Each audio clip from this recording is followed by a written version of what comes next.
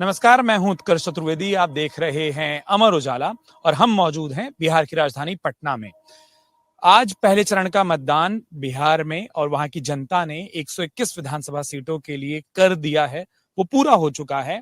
18 जिले बिहार के जहां पर यह मतदान हुआ, अब 20 जिलों की 122 सीटों पर मतदान होना बाकी है। दूसरे चरण में वहां मतदान होगा, लेकिन शाम 5 बजे तक के जो आंकड़े आए हैं, और इन आंकड़ों में सुधार होगा क्योंकि लाइनों में जो लगे लोग थे उनके मतदान पूरा होने के बाद चुनाव आयोग एक बार फिर से संशोधित आंकड़े जारी करता है। लेकिन शाम 5 बजे तक के जो आंकड़े हमारे पास आए हैं, बिहार ने 5 साल पहले का 2020 का अपना रिकॉर्ड 5 बजे तक के ही आंकड़ों में तोड़ दिया है।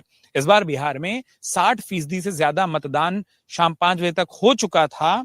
और अगर हम बात करें पिछले विधानसभा चुनावों की, यानी कि साल 2020 में हुए विधानसभा चुनाव की, तो ये 57% से कुछ ज्यादा था, यानी 3% ज्यादा।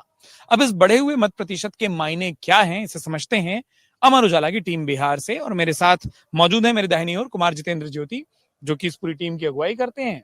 उसके बाद उनके दाहिनी ओर मौजूद है मेरे सहयोगी कृष्ण वल्लभ, जिनको अमर उजाला बिहार पर हम खूब देखते हैं। और साथ में है मेरे सहयोगी आदित्य आनंद। आदित्य को भी हम अमर उजाला बिहार पर देखते हैं, लेकिन इनकी खबरें हम ज्यादा पढ़ते हैं। 3% ज्यादा मतदान 5 बजे तक, अब 1 घंटे के आंकड़े इसमें जुड़ने हैं। बहुत सीधा सवाल, बढ़ा हुआ मत प्रतिशत, बतौर पत्रकार आपको क्या लगता है? सालों से आपने देखा होगा मत प्रतिशत जब बढ़ता है तो किस तरीके का उसके मायने निकाले जाए। दो चीजें हैं। सबसे पहले कि एसआईआर इसका फैक्टर है। एसआईआर से जो पुनरीक्षण से जो कुछ वोट डिलीट हुए और जो सही थे वो सुधरे हैं, तो एक फैक्टर है।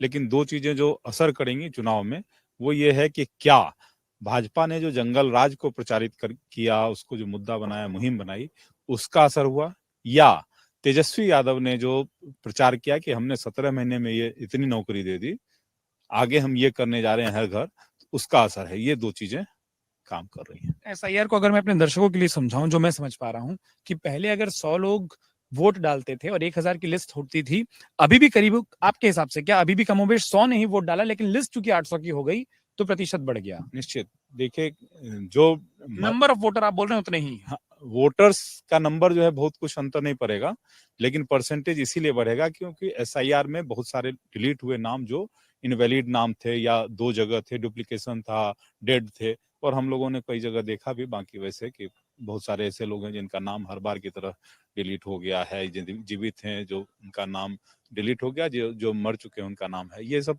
हर बार होता है, लेकिन एसआईआर से जो थोड़ा सा फिल्टर हुआ है, तो फिल्टर के कारण परसेंटेज बढ़ा है। ये हम लोग उम्मीद भी कर रहे थे। जी, मेरे सहयोगी आदित्य हैं, और ये बिहार में खूब होता है। राजधानी पटना या पौष इलाकों में जब आप, खास तौर पर पावर सेंटर पर जब आप स्टोरी करिए, तो ये बीच में प्लेन की आवाज बहुत आएगी, क्योंकि एयरपोर्ट बिल्कुल पीछे है विधानसभा के। आप इलेक्शन कमीशन के दफ्तर में थे, हर 2 घंटे बाद जो नंबर आ रहे हैं उसकी जानकारी आपको थी। पहले ही, मतलब 9 बजे से ही जो रुझान आने शुरू हुए, जो मत प्रतिशत आना शुरू हुआ था, उसमें दिख रहा था कि बिहार पिछली बार से आगे बढ़ रहा है मतदान में।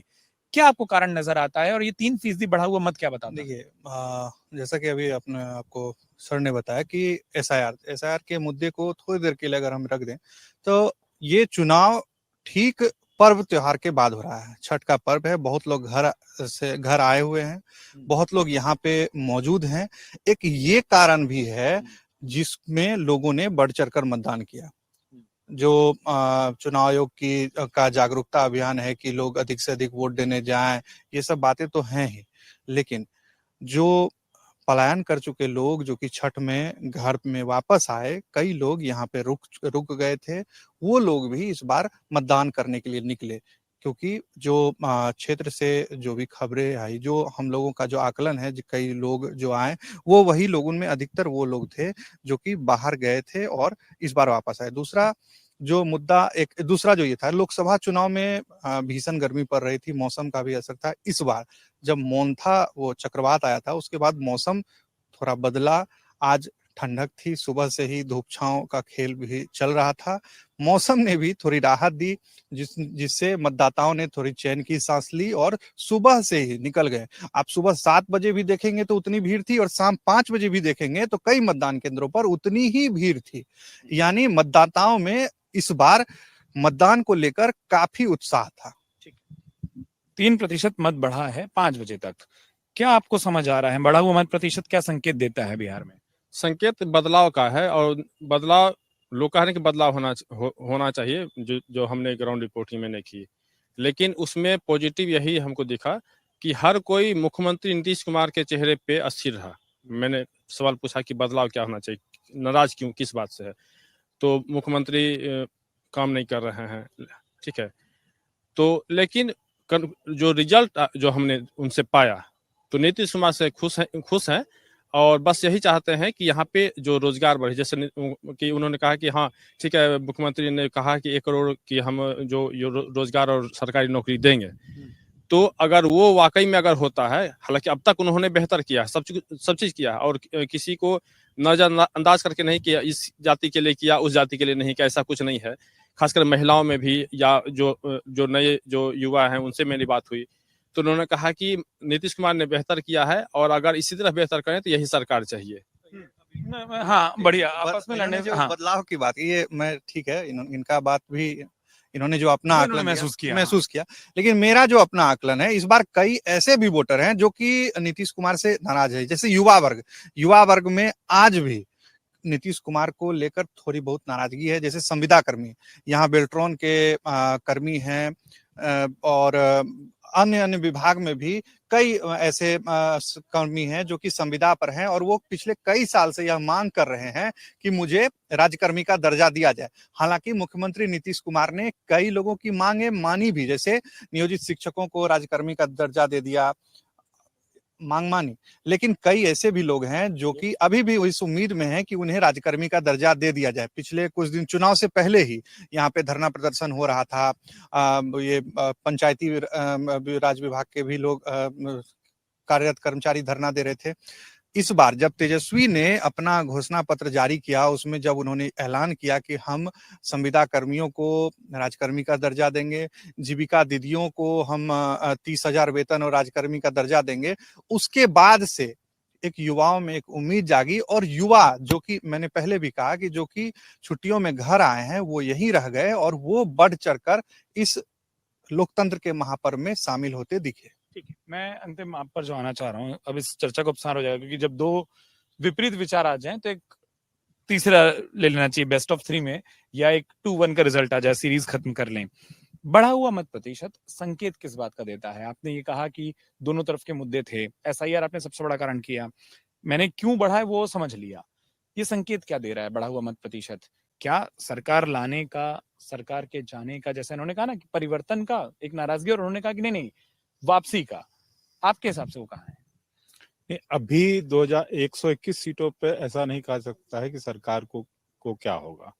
सिर्फ ये कहा जा सकता है कि जो परिस्थितियां बन रही हैं, जो भी परिस्थितियां बन रही हैं, उसमें वोट परसेंटेज किस कारण से बढ़ सकता है। तो जब बढ़ने की बात आती है तो अभी आपके हिसाब से महिला या युवा, जैसे क्योंकि दोनों आपने दोनों का जिक्र किया, महिलाओं का प्रतिशत यहाँ ठीक ही रहा है और जहां भी जाइएगा महिलाओं का प्रतिशत बिहार में 2016 में शराबबंदी के बाद से ही महिलाओं का प्रतिशत लगातार बढ़ा है। जीविका दीदियों का इन्वॉल्वमेंट बढ़ा है।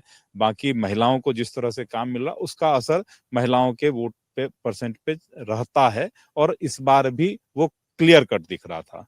बस ये है कि युवाओं की जितनी बात हम लोग लगातार कर रहे थे, वर्चुअल जो चल रहा था, हम लोग फील्ड में नहीं देख पाए। हम लोग उस फील्ड में वहां पर युवाओं को जिस हिसाब से दिखने वाली बात आ रही थी वो नहीं दिखी।